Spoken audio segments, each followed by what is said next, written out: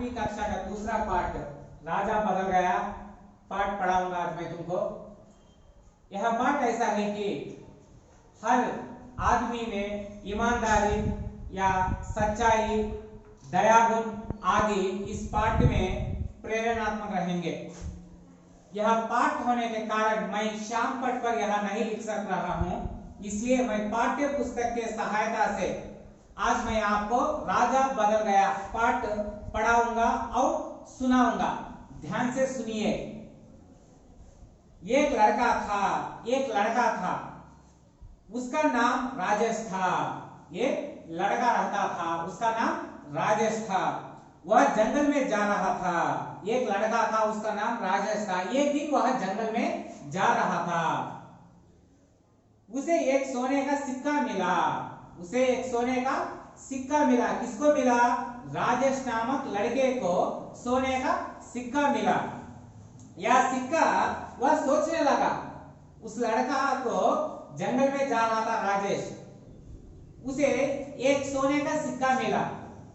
वह सिक्के को देखकर वह लड़का सोचने लगा कि यह सिक्का मेरा तो है ही नहीं, इसे क्या करूं लेकर। उस राजेश सोच रहा था कि अरे ये किसका सिक्का है, ये मेरा तो नहीं, जाने किस बेचारे का सिक्का यह गिर गया है। राजेश सोचने लगा यह सिक्का तो मेरा ही नहीं, अरे यह सिक्का तो किस बेचारे का यह गिर पड़ा है। अब ना तो इसे रख सकता हूं और ना ही फेंक सकता हूं, क्या करूं इसका। राजेश सोचने लगा यह सिक्का मैं अपने पास नहीं रख सकता क्योंकि यह मेरा तो ही नहीं, लेकिन इसे फेंक ही ना सकता क्योंकि यह दूसरों का है। यही सब सोचते हुए वह आगे बढ़ता चला जा रहा था। वह राजेश यह सिक्के को लेकर यही सोचता आगे जा रहा था कि यह सिक्का मेरे पास नहीं रख सकता क्योंकि यह मेरा तो नहीं, ना इसे फेंक सकता, इस सिक्के को लेकर मैं क्या कर सकता हूं। यही सोचते हुए राजेश आगे जा रहा था। रास्ते में माला जपते हुए एक साधु महाराज उसे मिले। राजेश इस सिक्के को लेकर सोचता जा रहा था। एक जगह पर एक साधु माला जपते हुए राजेश को नजर आए। उसने सोचा क्यों ना यह सिक्का साधु को ही दे दो। राजेश सोचा कि यह सिक्के को साधु को दे दूं तो पुण्य ही आएगा ना। इसी बात सोचकर राजेश ने साधु के पास गया और सिक्के को साधु को देते हुए राजेश ने यह सब सोचते हुए वो के जा रहा था। राजेश ने जब यह सिक्का साधु को दिया तो सोने के सिक्के को देखकर साधु ने आश्चर्य से कहा। राजेश ने साधु को देखकर उसके पास रहे सोने के सिक्के को साधु को देने के लिए हाथ बढ़ा रहा था कि इतने में साधु ने आश्चर्य से पूछा, बेटा यह सिक्का हमारे जैसे साधुओं के लिए नहीं है, इसे तो किसी गरीब को दे दो ताकि वह अपना पेट भर सके। साधु ने आश्चर्य के साथ राजेश से कहा कि बेटा यह सिक्का हमारे जैसे साधुओं के लिए नहीं है, क्योंकि साधुओं कभी ना पैसे लेते हैं, वे केवल आहार पदार्थ ही लेते हैं। इसलिए साधु ने कहा कि यह सिक्का हमारे जैसे साधुओं के लिए नहीं, यह सिक्का किसी गरीब को दे दो ताकि वह एक दिन का पेट भर सके। राजेश ने जब साधु की बात मानकर राजेश आगे चला तो उसने देखा कि किसी राजा की सेना चली जा रही है। यही साधु के इस बात को लेकर राजेश सोचता हुआ यह सिक्का किसी गरीब को दे देने के लिए साधु ने कहा, मैं किस गरीब को दूं, यही सोचते हुए राजेश आगे जा रहा था। अचानक राजेश को एक बड़ी राजा की सेना आ रही दिखी। इतनी बड़ी सेना को देखकर वह सोचने लगा कि जरूर कोई बात रही होगी। राजेश इस सेना को देखकर इतनी बड़ी सेना कहां जा रही है, जरूर कोई बात रही होगी, जाकर पता लगाएंगे कहकर बात रही। जो राजा अपनी सेना लिए जा रहे हैं उसने एक सैनिक से पूछा, भाई आपके राजा इतनी बड़ी सेना लिए कहां जा रहे हैं? राजेश तुरंत उस सेना के पास जाकर एक सैनिक से पूछा, भाई आप इतनी सेना अपने राजा के साथ इतनी सेना लेकर आप कहां जा रहे हैं? यह हमारे राजा शूर सिंह है जो पड़ोसी देश पर आक्रमण उसे लूटने जा रहे हैं, उसने जवाब दिया। राजेश के प्रश्न के पूछने पर एक सैनिक ने कहा कि यह हमारे शूरवीर राजा है, यह हमारे शूरवीर राजा है, शूर सिंह है। हम पड़ोसी देश पर आक्रमण कर लूटने जा रहे हैं कहकर उस सैनिक ने जवाब दिया। राजेश राजा के पास गया। राजेश राजा के पास दौड़ते हुए गया और सोने का सिक्का उसकी ओर बढ़ाते हुए कहा, लीजिए महाराज, आप इसे रख लीजिए। तुरंत राजेश ने अपने पास रखे हुए सोने के सिक्के को उठाकर राजा की ओर बढ़ाते हुए कहा, लीजिए महाराज, आपके पास यह सोने का सिक्का रख दीजिए। बेटा मुझे क्यों देना चाहते हो? राजा ने आश्चर्य से पूछा। राजा एक मिनट आश्चर्य में डूब गए क्योंकि वह राजा था। यह राजा सिर्फ एक लड़का था। लड़का सोने का सिक्का राजा की ओर बढ़ाने हुए देखकर राजा आश्चर्यचकित हो गए और राजेश को पूछा, बेटा तुम इस सोने के सिक्के को मुझे क्यों दे रहे हो? मैं राजा हूं। महाराज, एक साधु ने कहा था कि जो सबसे गरीब दिखे उसे सिक्का दे देना। राजेश करुणा स्वर में बोला।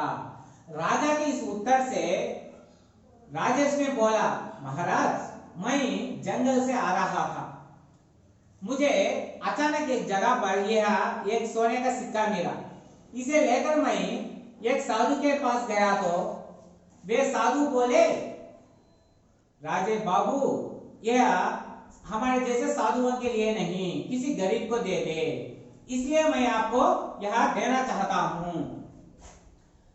मैं राजा हूं राजा, मैं तुझे गरीब लगता हूं? राजा क्रोध में बोला। जब राजेश के मुंह से गरीब को दे देने के लिए कहा, इसलिए मैं आपको यह देता हूं कहा कि राजा को क्रोध आया। क्यों क्रोध आया राजा को? राजा गरीब है? नहीं, वह तो राजा है। यह बात सुनकर राजा को क्रोध आकर लड़के से कहा, क्यों लड़के, मैं तुझे गरीब दिखता हूं? हाँ, मैं राजा हूं राजा। महाराज, यदि आप अमीर होते तो दूसरे देश को लूटने के लिए इतनी बड़ी सेना लेकर क्यों जाते?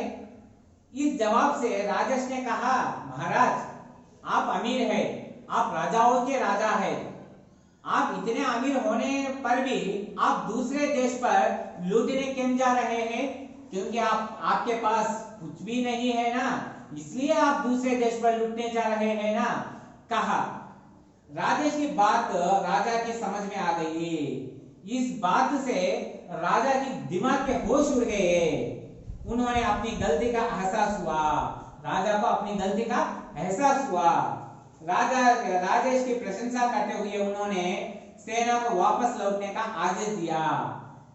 राजेश ने जब कहा था कि आप इतने अमीर हो तो दूसरे देश पर क्यों आक्रमण करने जा रहे हैं, यह बात सुनकर राजा को अपनी गलती की एहसास हुई। तुरंत वे अपने सेना को वापस जाने के लिए आज्ञा दे दी और राजेश की प्रशंसा करते हुए, इतना ही नहीं राजेश की प्रशंसा भी किए।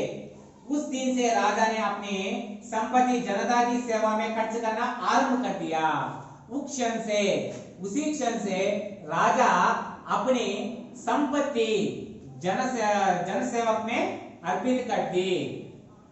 अब इस पाठ को देखिए। राजा धन वाले लोग थे मगर दूसरे देश पर लूटने जा रहे थे।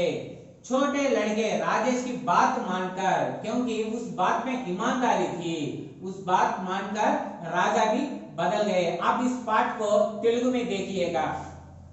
एक लड़का था, वो का पिलवाड़ उंडेवाड़, उसका नाम राजेश था। पिलवाड़ पेरू राजेश।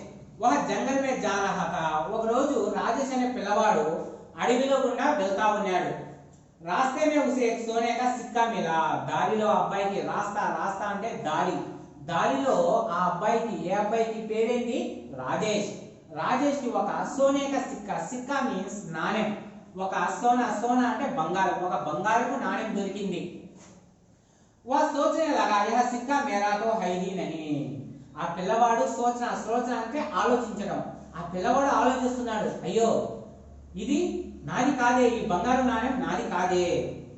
इसे क्यों क्या करूं लेकर, जाने किस बेचारे का सिक्का यहाँ गिर गया है, अब ना तो इसे रख सकता हूं और ना ही फेंक सकता हूं, क्या करूं इसका. ఆ పిల్లవాడు ఆ బంగారపు నాణ్యాన్ని తీసుకొని ఆలోచించడం మొదలు పెట్టాడు. ఇది నా దగ్గర ఉంచుకోలేను, ఎందుకంటే ఇది నా సొమ్ము కాదు. సరే దీన్ని పారేద్దాం అంటే, అయ్యో దీన్ని ఎవరు పోగొట్టుకున్నారు, దీన్ని ఏం చేద్దాం అని చెప్పి ఆ బంగారు నాణ్యాన్ని చేతిలో పట్టుకొని ఆలోచిస్తా ముందుకు సాగాడు. रास्ते में माला जपते हुए एक साधु महाराज उसे मिले. उसने सोचा क्यों ना यह सिक्का साधु को ही दे दूं. ఆ పిల్లవాడు ఆ బంగారం నాణ్యాన్ని తీసుకొని ఆలోచిస్తా, ఇది నాది కాదు ఎవరికి ఇద్దామని ఆలోచించుకుంటా అడవిలో వెళ్తానే ఉన్నాడు, ముందుకు సాగుతా ఉన్నాడు. కొంత దూరం వెళ్ళిన తర్వాత ఒక సాధు, ఒక ఋషి జపపు మాల జపిస్తాను రాజేష్ కి కంటపడ్డాడు.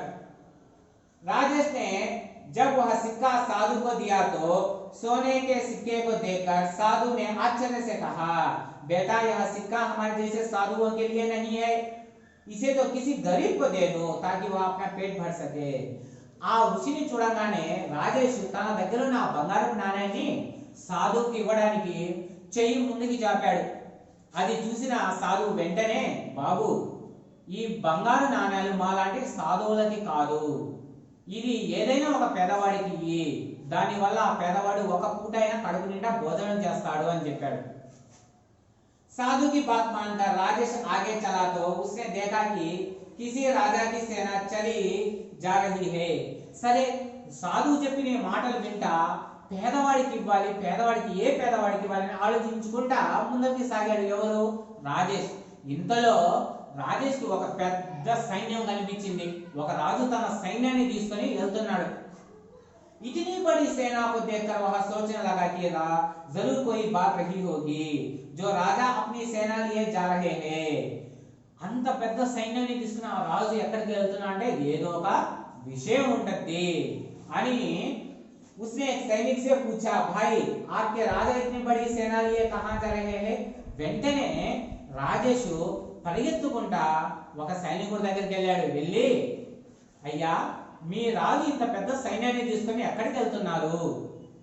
యా हमारे राजा शूर सिंह है जो पड़ोसी देश पर आक्रमण कर उसे लूटने जा रहे हैं. उसने जवाब दिया, ఇతను మా రాజు సూరసింహుడు, మేము పక్క దేశం మీద ఆక్రమించుకోవడానికి దాడి చేయడానికి వెళ్తున్నాం అని ఆ సైనికుడు జవాబు చెప్పాడు. రాజేష్ రాజా के पास गया. వెంటనే ఆ సైనికుడు చెప్పిన మాటలు విని రాజేష్ వెంటనే రాజు దగ్గరికి వెళ్ళాడు. సోనే కా సిక్కా ఉన్కి ఔర్ బడాతే హుయే కహా. తన దగ్గర ఉండే ఆ బంగారపు నాణ్యాన్ని తీసుకొని రాజుకి ఇవ్వడానికి చెయ్యి ముందర చాపి ఈ విధంగా చెప్పాడు, లీజియే మహారాజ్ ఆప్ ఇసే రఖ్ లీజియే. మహారాజ్ గారు దయచేసి ఇది మీరు పెట్టేసుకోండి, మీ దగ్గర ఉంచుకోండి ఇది అంటాడు. ఆ బంగారం నాణ్యాన్ని చూసి రాజు ఆశ్చర్యంగా, బేటా ముझे क्यों देना चाहते हो. బాబు ఈ బంగారం నాకెందుకు ఇవ్వాలనుకుంటున్నావు, నేనెవరో తెలుసా? రాజుని. महाराज एक साधु ने कहा था कि जो सबसे गरीब दिखे उसे यह सिक्का दे देना. राजेश करुणा स्वर में बोला, అయ్యా ఈ బంగారం నాణ్యం నాది కూడా కాదు, నేను దారిలో వస్తుంటే నాకు దొరికింది, దీన్ని తీసుకొని నేను ఒక సాధువు దగ్గరికి వెళ్తే నీకు ఎవరైనా పేదవాడు, గరీబ్ అంటే పేదవాడు, పేదవాడు నీకు ఎవరైనా కంటపడితే అతనికి బంగారం నాణ్యం ఇచ్చేయి, అతను ఒక పూటైనా భోజనం చేస్తాడు అని, అందుకని నేను మీకు ఇస్తున్నానయ్యా అని కొద్దిగా జాలి కరుణ స్వరంతో చెప్పాడు. మై రాజా హూ రాజా మై తుజే గరీబ్ లగ్తా హూ. రాజుకి కోపం వచ్చింది. రే నేను రాజునైతే నేను నీకు పేదవాళ్ళ కనిపిస్తున్నానా? నేను రాజుని, రాజులకే రాజుని అంటాడు. महाराज यदि आप अमीर होते तो दूसरे देश को लूटने के लिए इतनी बड़ी सेना लेकर क्यों जाते. అయ్యా మీరు మహారాజే, అందరికన్నా ధనవంతులే అని అనుకుంటున్నా, అయినా మీరు అంత ధనవంతులైతే ఇంత పెద్ద సైన్యాన్ని తీసుకొని పక్క దేశానికి దండెత్తడానికి ఎందుకు వెళ్తున్నారు? అంటే మీ దగ్గర ఏమి లేనట్టే కదా అని సమాధానం చెప్పాడు. రాజేష్ కి బాత్ రాజాకి సమజ్ మే ఆ గయి. ఎప్పుడైతే రాజేష్ ఈ విధంగా చెప్పాడో రాజుకి తన తప్పు తెలిసి వచ్చింది। उन्हें अपनी गलती का एहसास हुआ। राजेश की प्रशंसा करते हुए उन्होंने सेना को वापस लौटने का आदेश दिया। తన తప్పు తాను తెలుసుకొని ఒరే ఒక పిల్లవాడే ఈ విధంగా చెప్తున్నా అంటే నేను తప్పు చేశాను అని చెప్పి తన తప్పు తాను తెలుసుకొని పశ్చాత్తాపపడి తన సైన్యాన్ని తిరిగి వెళ్ళిపోమని చెప్తాడు। उस दिन से ఆ రోజు నుంచి राजा ने अपनी संपत्ति जनता की सेवा में खर्च करना आरंभ कर दिया। అప్పటి నుంచి రాజు తన దగ్గర ఉన్న ధనాన్ని మొత్తాన్ని ప్రజా సేవలోనే సమర్పించేశాడు। ఈ విధంగా చూడండి ఎంత చక్కటి పాఠమో ఇది। ఒక చిన్న పిల్లవాడికి తెలిసినటువంటి న్యాయం అనేది రాజుకి తెలియలేదు। देखिए ईमानदारी और सच्चाई त्याग हमेशा अच्छाई के लिए ही होती है। ठीक है, हम इसी तरह अगले कक्षा में यानी अगले क्लास में अगला पाठ पढ़ाऊंगा। धन्यवाद।